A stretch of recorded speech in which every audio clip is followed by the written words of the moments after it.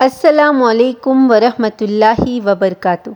قربانی کی فضیلت۔ فرمان مصطفیٰ صلی اللہ علیہ وآلہ وسلم، قربانی کرنے والے کو قربانی کے جانور کے ہر بال کے بدلے میں ایک نیکی ملتی ہے۔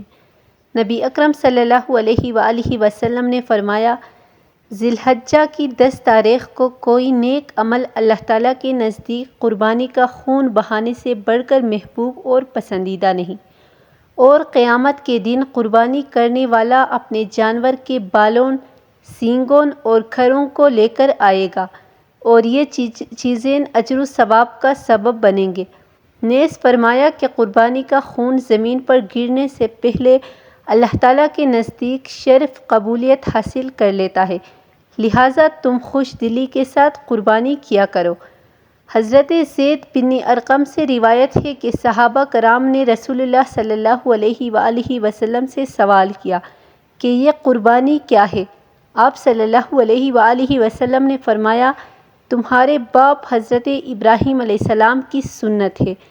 صحابہ کرام نے رسول اللہ صلی اللہ علیہ وآلہ وسلم سے سوال کیا کہ ہمارے لیے اس میں کیا اجر و ثواب ہے؟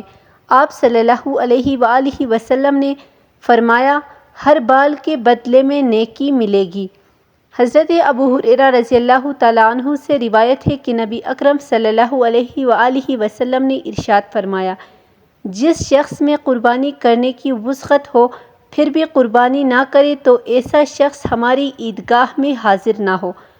حضرت عبداللہ بن عمر سے روایت ہے کہ رسول اللہ صلی اللہ علیہ وآلہ وسلم مدینہ منورہ میں 10 سال قیام فرمایا، اور اس عرصہ قیام میں آپ مسلسل قربانی فرماتے تھے۔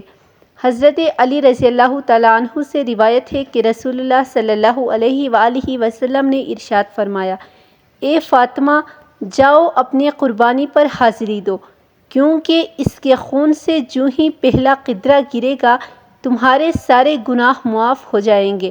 نیز وہ جانور قیامت کے دن اپنے خون اور گوشت کے ساتھ لایا جائے گا، اور پھر اسے 70 گنا باری کر کے تمہارے میزان میں رکھا جائے گا۔ حضرت ابو سعید الخدری نے عرض کیا کہ یا رسول اللہ صلی اللہ علیہ وآلہ وسلم، کیا یہ فضیلت آل محمد صلی اللہ علیہ وآلہ وسلم کے ساتھ خاص ہے یا آل محمد صلی اللہ علیہ وآلہ وسلم اور تمام مسلمانوں کے لیے عام ہے؟ آپ صلی اللہ علیہ وآلہ وسلم نے ارشاد فرمایا، یہ فضیلت آل محمد کے لیے تو بطور خاص ہے اور تمام مسلمانوں کے لیے بھی عام ہے، یعنی ہر مسلمان کو بھی قربانی کرنے کے بعد یہ فضیلت حاصل ہوگی۔